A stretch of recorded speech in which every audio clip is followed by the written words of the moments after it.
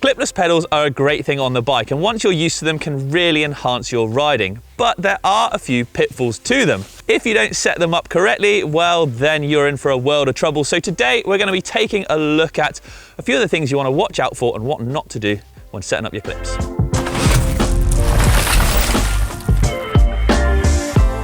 Oof, this one is an absolute gem to start on, and it's cleat position, or what not to do. Now, there's no set in stone rules as to where your cleats should be, as everyone's different, everyone feels them different underneath their foot, and everyone rides differently. So there's no, like I said, set in stone rule how they should be, but there are some definite don'ts. Starting off with, well, this one's an obvious, but don't put them upside down because, well, you're not even going to be able to clip in for a start. You're going to damage the cleat and you're probably going to crash. So definitely don't do that.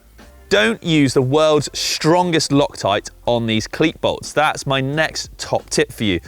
If you do and it sets and your cleat isn't in the correct position, then you're in for a whole world of trouble when it comes to undoing them. You're probably going to strip some threads or strip the bolt, and then you're in for an absolute nightmare.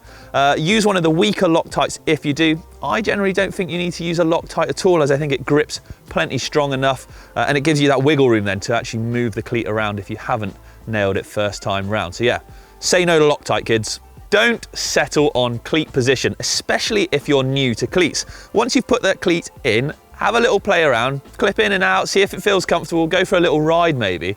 If it doesn't feel quite right, don't just leave it there. Actually move the cleat and try it in different positions. And this actually can work for experienced riders as well. You'll see that on this shoe here, we've got certain lines and markers so you can help set up the cleat in a really exact position. And actually, if you change shoe or go to a different shoe, a new one say, or replace the cleats, you can put it back in exactly the same position. So yeah, don't settle, have a play around. Once you've got it spot on, then get them done up nice and tight and go for a good ride. This next one may seem a little bit silly and a bit obvious to most people, but it's something I see done all the time and all too often, unfortunately, and it's over-tightening your shoes. This is especially done on shoes with sort of a ratchet system or boa system like I've got on my shoes here, where people at the start of the ride will often crank these things up as tight as they'll go, so the shoe is a really nice snug fit at the beginning. However, the problem is once your feet get hot and they start swelling up a little, you've got nowhere to go. You've got pins and needles in your feet, there's no blood flowing down there because the shoes are just so bloomin' tight and your toes are about to drop off. My little trick here is then, at the beginning of the ride, either don't do them up quite so tight. I know they won't feel quite as snug, but give it 15-20 minutes into the ride, I guarantee they'll be nice and comfortable.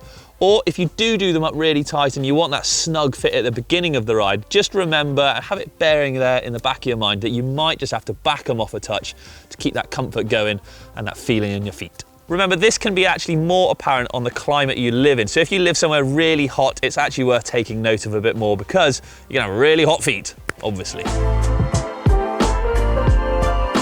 What kind of riding do you do? It's a question you should ask yourself and have a good old think about actually before you drop any of your hard-earned cash on any pedal or shoe combinations out there, as it can greatly affect which type of shoe and which type of pedal that you will probably end up using. Now, whether you're an Enduro shredder or an XC whippet, both of those disciplines require very different things out of a clipless shoe and pedal combo. So let's take a little look at what the different versions out there are and what might suit you the best so you can avoid getting the wrong ones. Are you an XC whippet? If you are, you're probably going to be looking at a shoe and pedal combo, something similar to this. It's a very lightweight shoe, a very stiff carbon sole, and you can see a very lightweight pedal on the bottom. Now, all of this adds up to, well, not very much, look, light as anything. There is, however, drawbacks to it. So it's minimal protection. Some would say slightly less on the comfort, but if you get the fit right, then, well, it's not, I don't think, anyway, as I love to wear a disco slipper. And with the really stiff carbon sole, it's maximum power transfer. If you are going to go out doing massive long days in the saddle, or it's the middle of winter, probably not going to be the shoe of choice for you, or the pedal of choice, because, well, they're a little bit exposed. You can see there's no cage around it. Do your feet get cold in the winter, or do you do most of your riding in the winter? Well, then the previous XC shoe is probably not going to be the one, and you're going to want something more like this, the Shimano MW7 winter boot. Look at that thing. That is designed to go out in the harshest conditions. Gore-Tex, you've got these closures over the front to keep the water and grime out, BOA, neoprene cuff around there to stop anything getting in as well. That is the ultimate shoe, and vastly different from the previous, like I said. On the bottom of the shoe, well, you've still got a solid sole, so it's pretty stiff, but not overly stiff like a carbon-soled XC shoe. You can see the tread on there is very grippy for all that winter muddy hiking you're gonna end up doing. And really, that's gonna be the best bet. You're gonna marry that up to also probably a clipless pedal with more of a cage around it, so more of a platform pedal, so you've got a better purchase there when you're just standing up on the pedals. Third and finally in our list of 3 different types of shoes then is something like this, the Shimano AM7. Now it's a clipless shoe again, but obviously this one's aimed a little bit more enduro, downhill kind of use, a bit more extreme riding. So if that's your forte, then something like this is going to be the one for you. There's a little bit more padding on it. The sole isn't quite as stiff, so there's a little bit more flexibility if you're going to be walking around or spending all day in them, but there is more padding around the ankles and the toes should things get a bit extreme. You're going to use a more platform style clipless pedal on this again, so something with a cage around it so you've got a good grip but also the protection for the pedal on it. So there you have it. So it's really worth thinking what kind of style of riding you do and matching the shoe you're going to use to suit it best.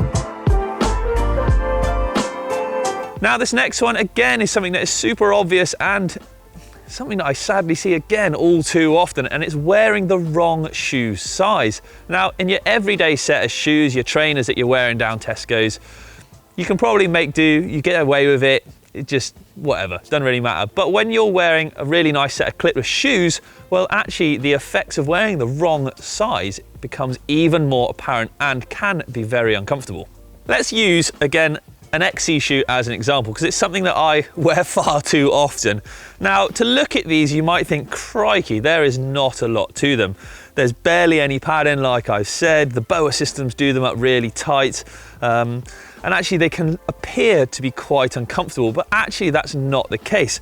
Because of the way they're designed and shaped, they're actually sort of very anatomically thought out in the sense that they hug your foot very nicely, and you can also customize them to make them fit even better.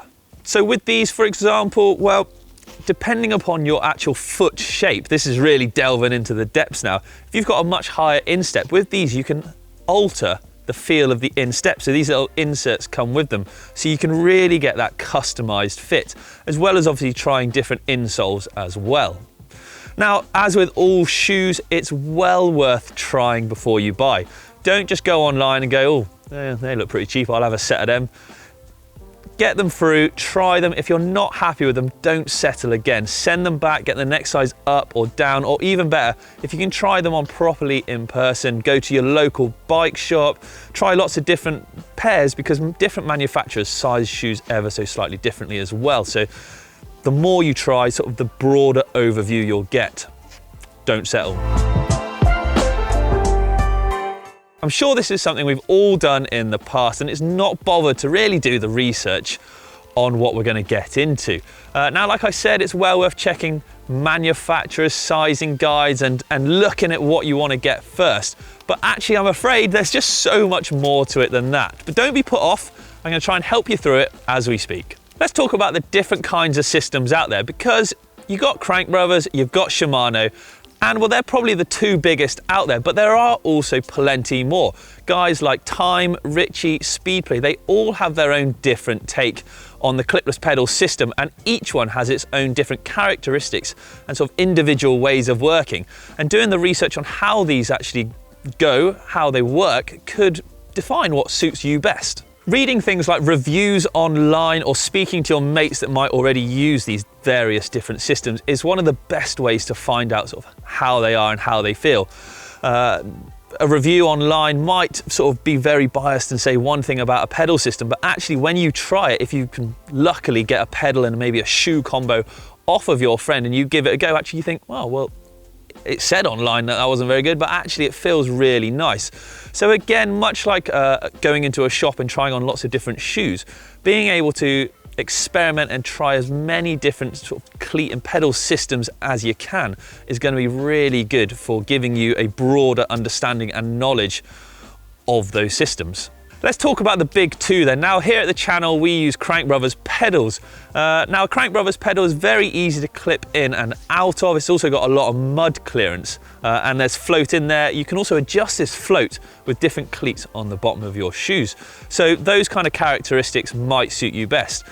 Let's talk about Shimano then. Now they've got a much more mechanical and definitive feeling about them. You certainly know when you clip into them with a sort of an audible click. And once you're clipped in, well, the float, that can kind of be adjusted by an Allen key screw on the pedal, sort of the tightness of clipping in and out. So if that's sort of more your thing, then that kind of system might be the way you want to sway towards, shall we say. But that's it, we're done then. That's 5 common clipless mistakes I hope I've managed to point out for you lot to avoid at home or when choosing your next set of shoes and pedals. But that's a wrap from me. Thank you very much for watching. As always, if you want to see more GMBN, click the old subscribe button. Give us a thumbs up, why not? It's always nice to hear from everybody in the comments as well. And I'll catch you next time. Stay safe and happy riding, everyone.